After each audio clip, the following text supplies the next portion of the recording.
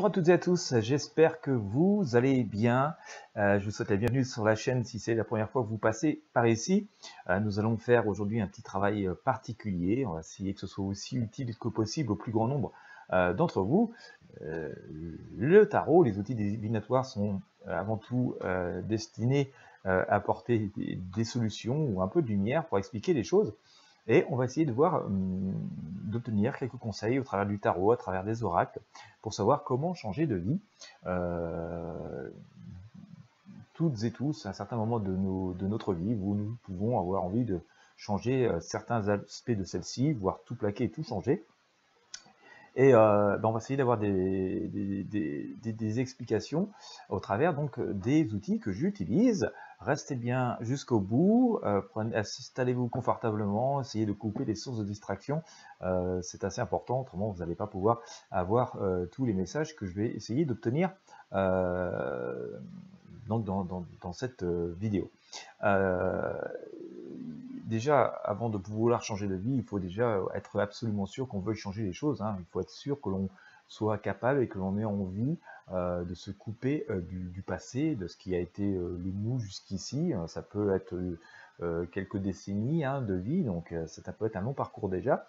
Donc il faut déjà être absolument sûr qu'on a fait le tour de la question, qu'on a fait le tour de la situation. Alors on peut vouloir changer de vie affective, on peut vouloir changer de vie professionnelle, on peut vouloir changer de mode de vie, de son cercle d'amis ou des choses comme ça, comme on veut vouloir radicalement tout changer. On va partir vraiment dans ce travail de l'idée qu'on veut absolument tout changer, qu'on veut radicalement changer de vie, qu'on a un peu ras-le-bol de l'existence qu'on a pu mener jusque-là.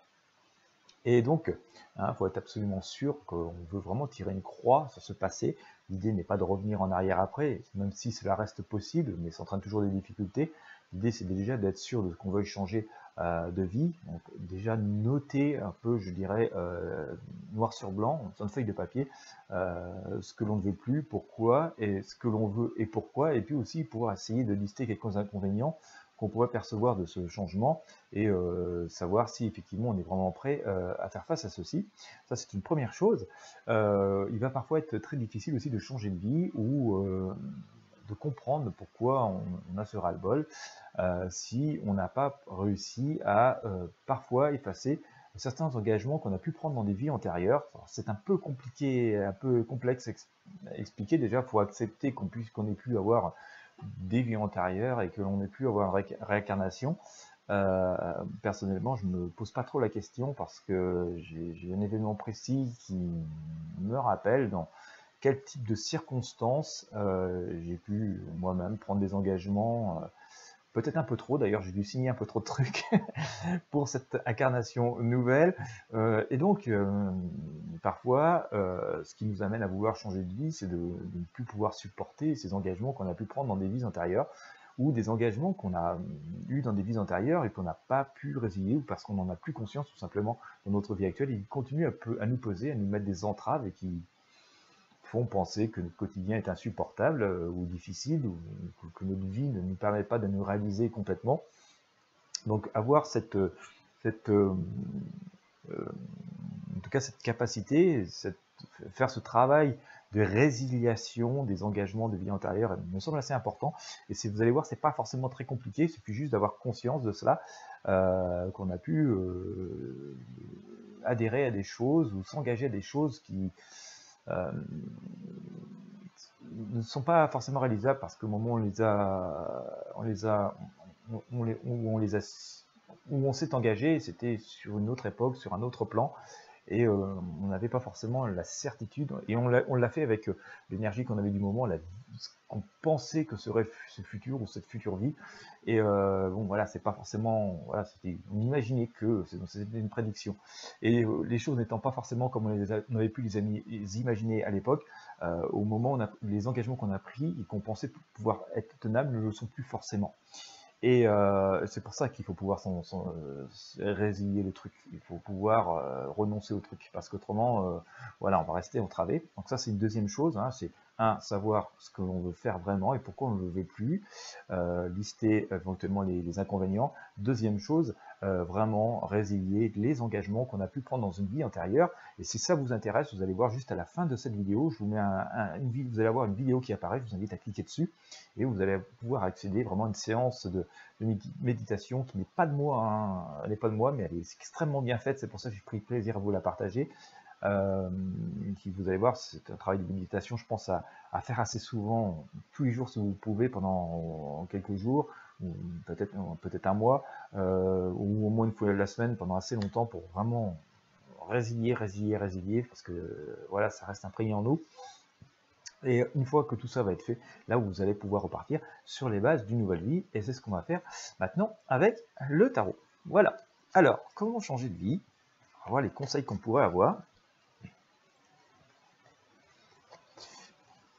Donc je vous mets le lien pour la résiliation, là vous allez voir une vidéo qui va apparaître à la fin de celle-ci, je vais essayer de vous mettre aussi le lien dans la description, il ne faut pas que j'oublie, voilà, et je vous invite vraiment à suivre toutes ces étapes, pour tenter d'obtenir un maximum d'efficacité.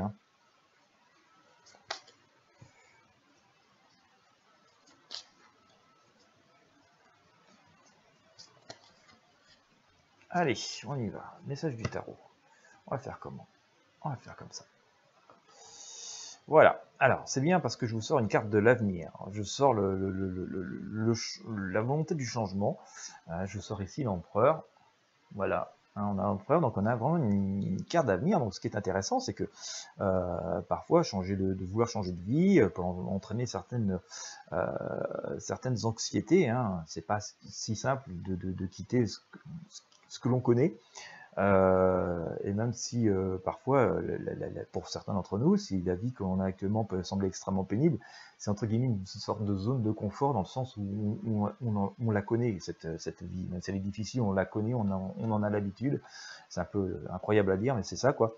Et du coup, s'engager dans quelque chose de nouveau peut nous paraître encore plus difficile parce qu'on a peur que ce soit encore plus dur. Et puis on se dit, là, déjà, c'est dur. Alors, si je change et que je me plante, ça va être encore pire. Donc il y a forcément cette peur de quitter le connu pour l'inconnu, toujours. Mais l'empereur nous dit ici que voilà, il faut parfois poser les armes, poser un petit peu cette méfiance, cette position de défensif, et voilà, de regarder vers le loin, de s'imaginer vers le loin, et en étant pas forcément renonçant à tout, dans le sens où au contraire, on doit s'intéresser à nous, on doit utiliser nos acquis, on doit être sûr de nous, on doit être confiant envers nous-mêmes, on doit vraiment écouter le fond de nous-mêmes, c'est-à-dire trôner sur notre vie, c'est ce que fait notre empereur ici, et voilà, imaginer notre avenir, regarder au loin en brandissant voilà, tout ce que l'on est et tout ce que l'on sait, ici, c'est ce qui est symbolisé ici, et donc c'est justement tout ce que nous sommes, tout ce que nous voulons, tout ce que nous souhaitons, tout ce que nous imaginons,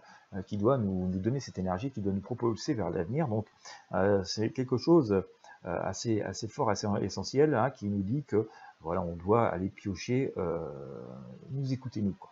D'accord. Et sortir de toutes les conventions, des conventions de la société, par exemple. On en parle assez souvent, j'en parle assez souvent parce que depuis notre plus jeune âge, on nous formate. Déjà, l'éducation de nos parents nous ont formaté un peu en fonction de leur éducation à eux, en fonction de leurs pensées, un peu aussi dans la manière qu'ils ont imaginé que serait notre avenir. C'est pas une critique envers eux, au contraire, ils ont fait de leur mieux comme nous faisons de notre mieux avec nos enfants, mais il y a déjà un conditionnement qui se fait au travers de nous, comme ça, puis nos sociétés sont des sociétés où on nous met dans des cases et ouais, tout est prédéfini pour nous, en tout cas c'est ce qui est un petit peu voulu, ça empêche l'être intérieur, l'enfant intérieur de se révéler, et donc on vous dit d'écouter cet enfant intérieur. Parfois le bon truc, c'est parfois de se rappeler de nos rêves d'enfant, ou nos souhaits d'enfant, ou l'énergie qu'on en avait enfant dans notre croyance, de ce monde un peu merveilleux où tout était possible, et de se rattacher à cette énergie-là, et de venir se regreffer à cet instant-là, et de se reprojeter depuis ces instants, donc dans l'avenir. Donc ça c'est ce que nous dit l'empereur, ce que nous dit aussi d'ailleurs un peu avec l'arcane sans nom ici, cette mort, qui nous annonce que justement pouvoir balayer tout ce qui est superflu, balayer tout ce qui est essentiel, permet la renaissance. Et là c'est aussi le message d'espoir qui vient rassurer par rapport à ce que je disais tout à l'heure, que parfois, oui, on a du mal à quitter des situations ou des vies, même si elles sont difficiles et douloureuses, parce que voilà, on a peur de l'inconnu, hein, et que à la limite, même si le connu, le présent est difficile, l'inconnu fait tellement peur qu'on préfère se rester scotché comme ça au présent, et au contraire, il faut vraiment parfois savoir tourner une page, changer de livre, pour pouvoir justement accéder à cette renaissance. Si on ne le fait pas, on ne peut pas avancer. Et donc c'est justement en écoutant notre intérieur, en écoutant l'enfant intérieur, en se rappelant la spontanéité quand nous avions peut-être 7 ou 8 ans, qu'on peut voilà, rebâtir, regreffer une vie, une branche à partir de ce moment-là. L'impératrice nous dit de faire ça avec une certaine sérénité, de croire finalement, de croire en cette vie, en cette providence. Hein. Je vous la montre ici, regardez, parce qu'on a une femme, hein, presque une maman, mais alors une maman, c'est la mère des mères, hein, entre guillemets, puisque vous voyez, c'est une sage, hein, elle est sur son trône ici, comme ça, avec le bouclier posé, et elle dit que si on se réalise, si on fait en fonction de ses pensées, si on fait conformément à soi-même, alors nous ne sommes pas plus en danger, nous nous réalisons, nous sortons de cette zone de danger, justement, parce qu'on rentre vraiment dans une zone positive. Donc ça, c'est quand même assez aussi intéressant à noter.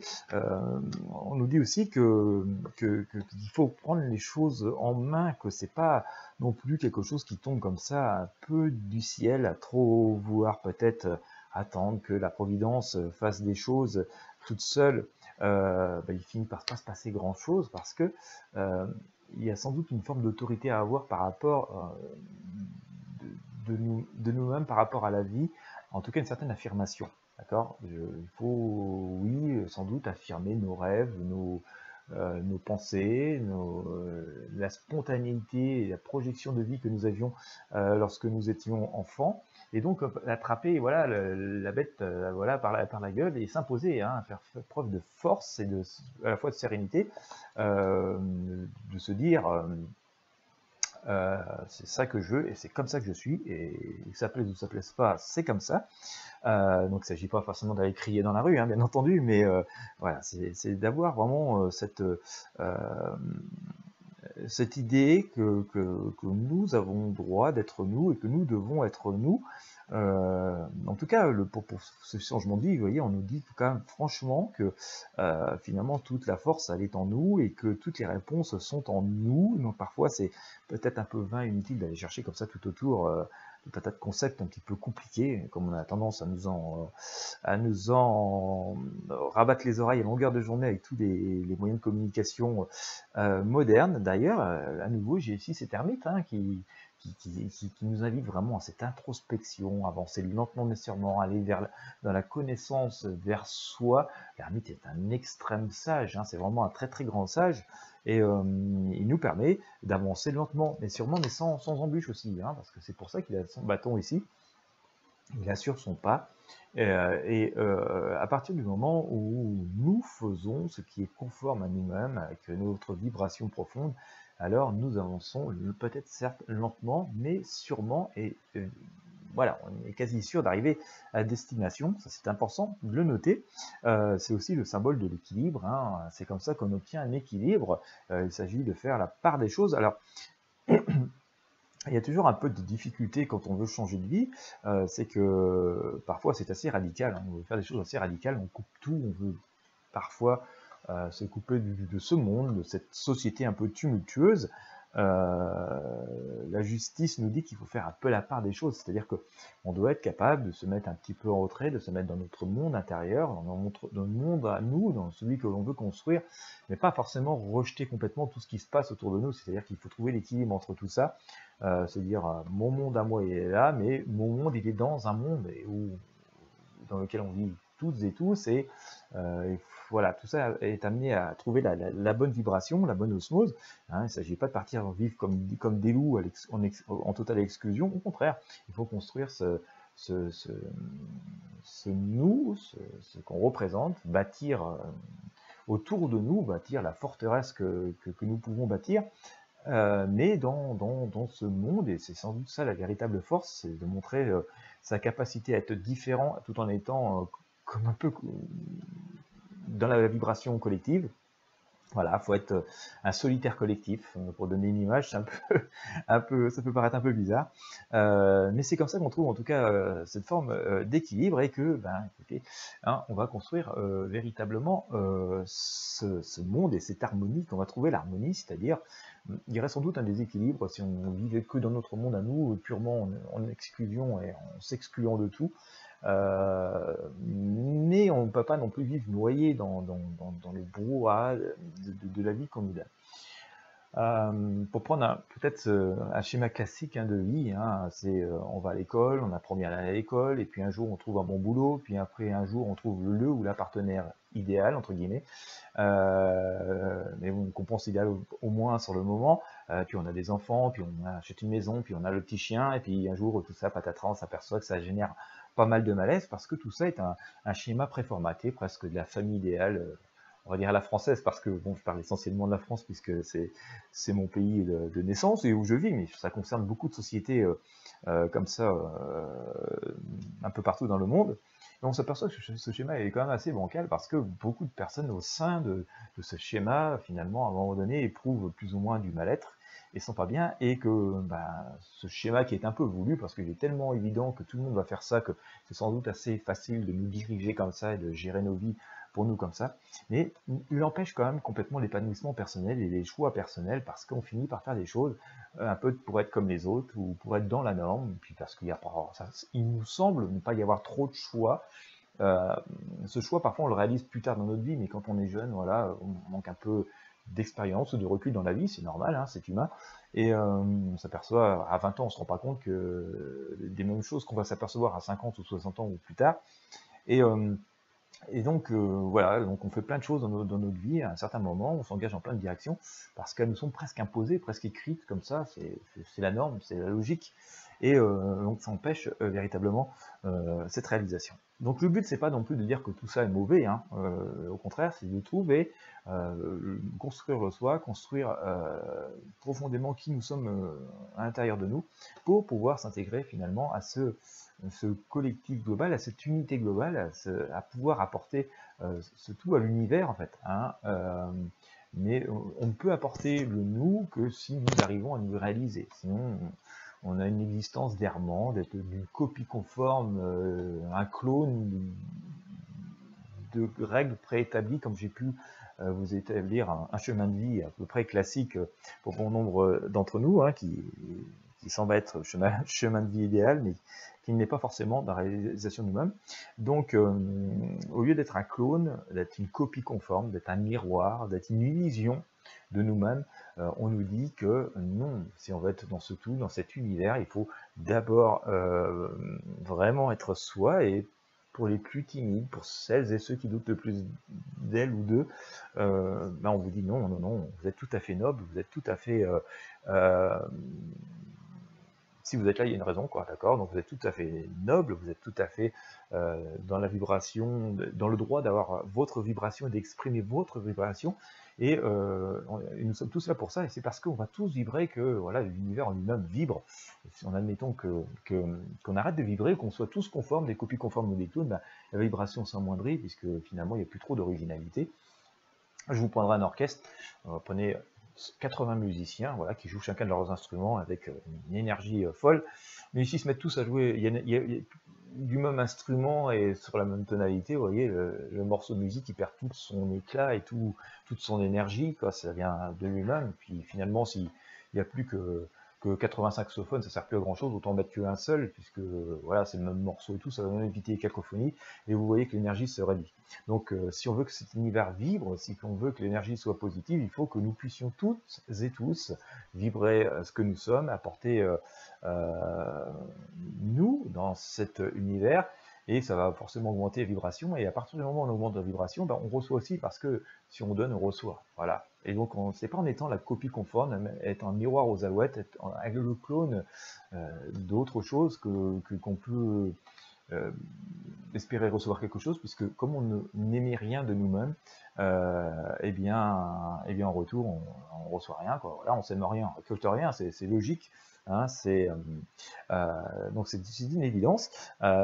Tout ceci est un message très positif, ça nous invite à être nous-mêmes, à pouvoir nous affirmer, à avoir confiance en nous et sortir de la zone de complexe et de cette peur de peut-être pas être aussi bien que les autres, non, ou pas être assez fort, ou pas être assez ceci ou assez cela.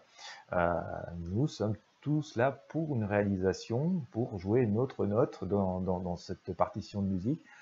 Nous sommes tous là pour jouer notre instrument dans cet orchestre et à la bonne mesure et voilà, exprimer pleinement notre énergie. Et comme du coup, c'est un peu la loi de l'attraction, c'est un peu des évidences de cet univers.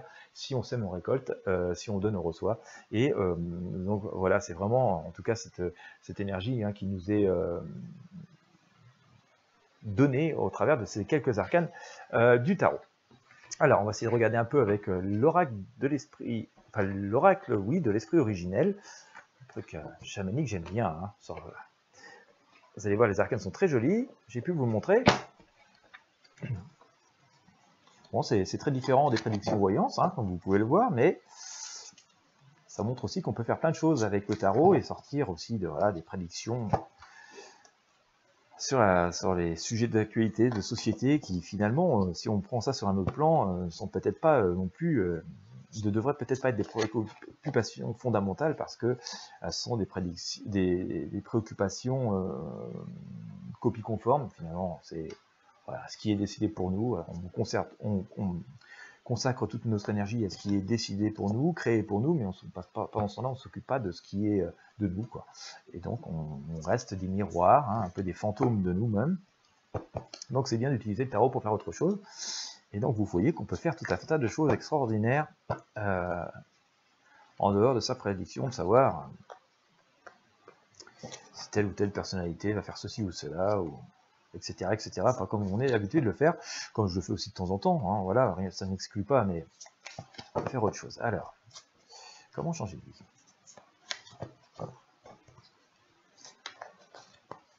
Enfin voilà, pour si vous cherchez la lumière, et bien écoutez, vous êtes encore avec moi, donc c'est très bien. J'ai sorti les ancêtres. Ouais, voilà. Et bien écoutez, ça parle un peu tout seul. Je vous montre les ancêtres. Hein. Voilà. Alors les ancêtres, hein, je montre l'arcane de très près. On est vraiment dans le fondement. On est presque, vous voyez ici, dans des menhirs, donc des choses qui sont là depuis des centaines et des centaines d'années, pour pas dire des millénaires. C'est aussi une énergie qui nous dit de nous ancrer, d'être profondément racinés avec nous-mêmes, sur nous-mêmes. C'est bon de le noter que le jour va se lever, mais c'est justement parce qu'on a cet ancrage et que on doit considérer nous-mêmes pour que le jour se lève. Voilà, on a le soleil qui va apparaître juste derrière ici. Ça se voit peut-être pas très bien à la cam, mais c'est vraiment ce qui est en train de se passer, c'est le lever du jour. Et donc là aussi, hein, on a ce message de vraiment nous ancrer, de vraiment faire entrer dans la réalisation de nous-mêmes. Regardez ces oiseaux, alors vous n'allez peut-être pas le voir très bien, en haut on a tout un tas d'oiseaux hein, qui sont en train de voler, comme ça, qui s'en vont vers une destination, vers l'avenir. Hein. Là ça devient beaucoup plus léger, c'est parce qu'on est ancré qu'on peut devenir plus léger et qu'on peut se réaliser. C'est aussi les messages de ce que veut dire nos ancêtres, mais il y a aussi dans cette idée des ancêtres qu'on puisse avoir aussi encore des engagements, hein. Je vous parlais tout à l'heure de résiliation d'engagements anciens. Bon, voilà, il faut savoir faire la part des choses, c'est-à-dire être ancré, mais sans forcément rester dans certains engagements qu'on aurait pu prendre dans des vies antérieures. Bon, je ne vais pas rentrer plus dans le sujet parce que c'est un peu délicat, je le ferai peut-être si ça vous intéresse, mais je ne voudrais pas trop m'égarer. Voilà, hop, que nous dit encore, voilà, la plume à prière. Voilà, alors la plume à prière, on appelle souvent, vous savez, ces gens-là, ces attrape-rêves, hein. On a tendance à appeler ça des attrape-rêves plutôt dans nos sociétés. Là, on est dans des énergies un peu chamaniques. Mais on nous dit de croire en nos rêves, de croire en nous-mêmes. Je vous parlais tout à l'heure de l'enfant intérieur, de nos rêves, de notre spontanéité qu'on avait. Elle semble à nouveau se manifester au travers de cet arcane, hein, de l'oracle. On nous dit donc que c'est par cette énergie, cette spontanéité et cette forme de prière qu'il faut croire en fait, hein. Il faut croire en cette énergie, en ses rêves, et on voit aussi le jour se lever derrière, d'accord? Et c'est vraiment quelque chose de très fort parce que ces souhaits, c'est qu'on a à l'intérieur de nous, qu'on a toujours eu, qu'on a eu plus enfant, qu'on exprimait spontanément quand on était enfant, qu'on n'exprime plus, ça devient presque devenir une prière, ça doit vraiment devenir l'objectif, ça doit vraiment devenir ce que l'on veut absolument réaliser. Donc on nous dit de croire en nos rêves, de croire en qui nous sommes et de croire en cette énergie qu'on a un peu mis de côté parce que vous comprenez, c'est bien quand on est gamin, mais ça se fait plus trop quand on est adulte et c'est pas du tout responsable quand on est encore plus grand. Vous voyez, enfin, voilà, la société nous conditionne comme ça. Et bien non, on nous dit justement, faut continuer à croire en ça, à croire en nos fondements et ce qu'on faisait spontanément quand on était gamin sans trop y penser. La médecine de l'aigle est aussi un très grand enseignement, d'une très très grande pureté. Voyez, nous sommes sur les sommets enneigés des montagnes, et voilà, cet aigle qui observe aussi, qui observe la vie, d'accord. Il ne fait rien au hasard, l'aigle. Effectivement, c'est un petit peu un prédateur, on ne vous dit pas de devenir un prédateur de quoi que ce soit, non, non, on vous dit d'observer, on vous dit d'agir avec une forme de discernement et d'être sûr de ce que vous faites et de ce que vous voulez faire, c'est-à-dire qu'on peut le faire que quand on a la maîtrise de soi. L'aigle est un oiseau qui a une énorme maîtrise, il observe sa proie à des kilomètres de hauteur, et quand il a décidé d'attraper le petit lapin qui est tout à fait en bas, à quelques centaines de mètres en dessous, boum, il fonce d'un trait, il ne se pose pas de questions, et il attrape le lapin, c'est quasi sûr. C'est aussi parce qu'on a la maîtrise de soi et on sait parfaitement ce qu'on veut et ce que l'on cherche qu'on y arrive. On est aussi dans une grande pureté, hein. On est dans dans ce ciel comme ça, en haute altitude, en haute montagne, et donc voilà, dans un air normalement pur, et aussi dans un univers assez dépouillé, simple, mais vous voyez qui est blanc, c'est immaculé. Donc on va à l'essentiel et on est vraiment en accord, en harmonie avec soi-même. Il y a cette énergie que le sac à médecine, c'est en fait tout ce qu'on a à l'intérieur. Alors ce sac il n'est pas très grand, d'accord, c'est le minimum, c'est l'essentiel, mais en même temps c'est l'abondance. Et on nous dit que si on utilise nos ressources intérieures, notre énergie, nos rêves, nos espoirs, eh bien on va résoudre tout ce mal-être, hein, parfois qu'on a dans cette vie, on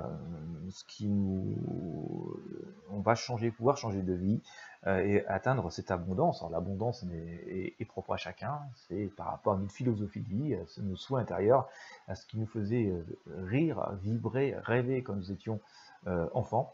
Et tout ça, en fait, se résume à aller à l'essentiel, hein, et à être assez ancré parce que regardez bien ce sac, hein, ce nous est posé sur une lourde pierre qui est comme ça fixée au sol, et on nous dit voilà, tout est dans l'ancrage et dans une forme d'évidence.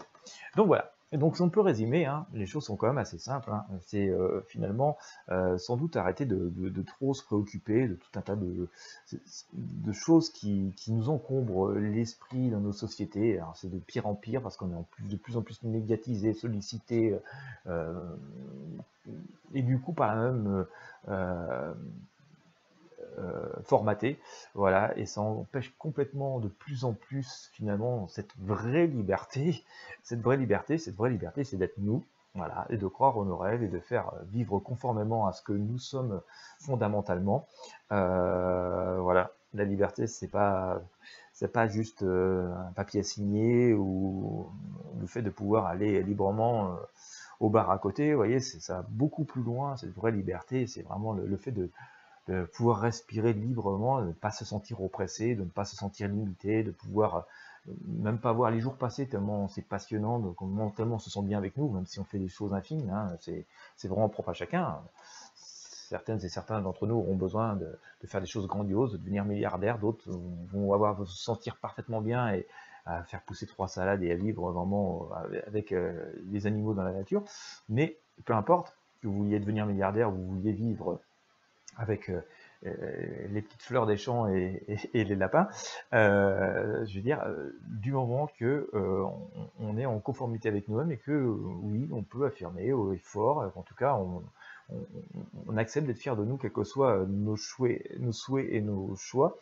on oublie de faire simple et essentiel, donc d'écouter tout ça, de retourner à ce que nous sommes, à nos origines, donc à l'enfant qui est en nous, et pas trop donc se laisser envahir par tous ces trucs-là qui nous polluent de plus en plus et qui finalement, il y a quand même un petit peu un vice dans cette société, dans ces sociétés que nous connaissons, c'est que plus on a l'impression d'avoir de possibilités, de plus on a l'impression d'avoir de liberté d'expression avec tout un tas d'outils, plus on a l'impression d'avoir de savoir, finalement plus on s'enferme dans un modèle, dans des modèles et préformatés, et plus on devient des miroirs, plus on devient des illusions, et moins on se réalise véritablement nous-mêmes, parce qu'en même temps on rentre de plus en plus, à mon sens, dans des espèces de groupes d'appartenance. Il faut être ça, il faut penser ça, il faut dire ça, et du coup on perd complètement toute autonomie, toute liberté, et on se déconnecte complètement de nous-mêmes. Donc en tout cas le message qu'on peut avoir, hein, notamment au travers de ses ancêtres, hein, c'est de rester vraiment en accord avec soi-même, d'écouter sa vibration intérieure, de ne pas céder à une quelconque forme de timidité, de peur de paraître, comment dire, pas dire de tabou, mais de complexe, voilà, plutôt. Voilà, faut pas céder à tout ça, et il faut vraiment souffler avec soi. Le vrai bonheur, finalement, c'est soi. Ça ne veut pas dire qu'on vit non plus comme des ours, au contraire, c'est justement parce qu'on est soi qu'on peut partager avec le collectif, partager ces vibrations universelles, et donc pouvoir attirer le meilleur. Je pourrais encore rester plus longtemps sur le sujet, mais la vidéo dure déjà depuis près de 31 minutes, alors je sais que votre temps est précieux. Si vraiment le sujet vous intéresse, je vous invite à me laisser en commentaire, et puis on essaiera d'aller voir un petit peu plus loin ce que je peux partager avec vous. Mais voilà, je pense vous avoir donné comme certains fondements, c'est aussi voilà, de sortir du format. Ça ne veut pas dire qu'il faut devenir asocial, mais savoir faire la part des choses, quoi. Il y a ce monde qui existe, qui fonctionne d'une certaine manière, avec ses règles et ses usages. Je ne veux pas dire qu'il faut les ignorer, je ne dis pas forcément qu'elles sont modernes, qu'elles sont mauvaises, mais le fait de trop vivre qu'en fonction de ça empêche que nous réalisions et que nous vivions conformément à nous-mêmes, et que donc nous puissions atteindre la plénitude. Et nous ne pouvons atteindre que la plénitude que, si nous sommes nous-mêmes, et que nous pouvons croire en nous, et que nous acceptons de croire en nous. Donc une forme d'affirmation, de sortir une forme de complexité, de savoir exactement ce que l'on veut et pourquoi et comment. Donc là, c'est bien de le noter, comme je le disais. 3, avoir aussi résilié toute forme d'engagement, de vie antérieure qui peuvent subsister comme ça, qui nous empêchent finalement de réaliser ce que nous avons à réaliser dans cette incarnation actuelle, dans notre vie d'aujourd'hui. Et quand on a réussi à mettre en place et à gérer ces 3 fondements-là, là, tout devient véritablement possible. Voilà. Eh bien, écoutez, si vous cherchez un petit peu la lumière et que vous posiez la question, j'espère que c'est l'âme, c'est du tarot et des oracles qui auront pu vous inspirer, vous éclairer. Elles ne doivent que vous inspirer et vous éclairer, non pas vous formater. C'est vous qui devez choisir en fonction de votre vibration, de ce que vous ressentez, voilà, en fonction de votre libre arbitre. Mais voilà, le but était de déclencher peut-être une petite étincelle pour celles et ceux d'entre vous qui cherchent la lumière. En tout cas, j'étais ravi de partager ce moment avec vous. Je vous remercie de m'avoir suivi jusqu'au bout pour celles et ceux qui sont encore ici. Vous allez avoir une petite vidéo qui va apparaître juste après, voilà, sur la résiliation, sur une méditation qui n'est pas de moi, mais j'ai trouvé tellement bien faite que j'ai eu envie de vous la partager des vies antérieures. Merci de m'avoir suivi. Si vous avez aimé, je vous invite à mettre un pouce bleu, à partager avec vos amis et sur vos réseaux sociaux. Et puis, bien entendu, abonnez-vous à la chaîne et à Newsletter Intuition Libre pour recevoir tout par mail. C'est dans la description aussi. Je vous souhaite une très belle journée, une très belle soirée en fonction de l'heure à laquelle vous me regardez, et je vous dis à très bientôt.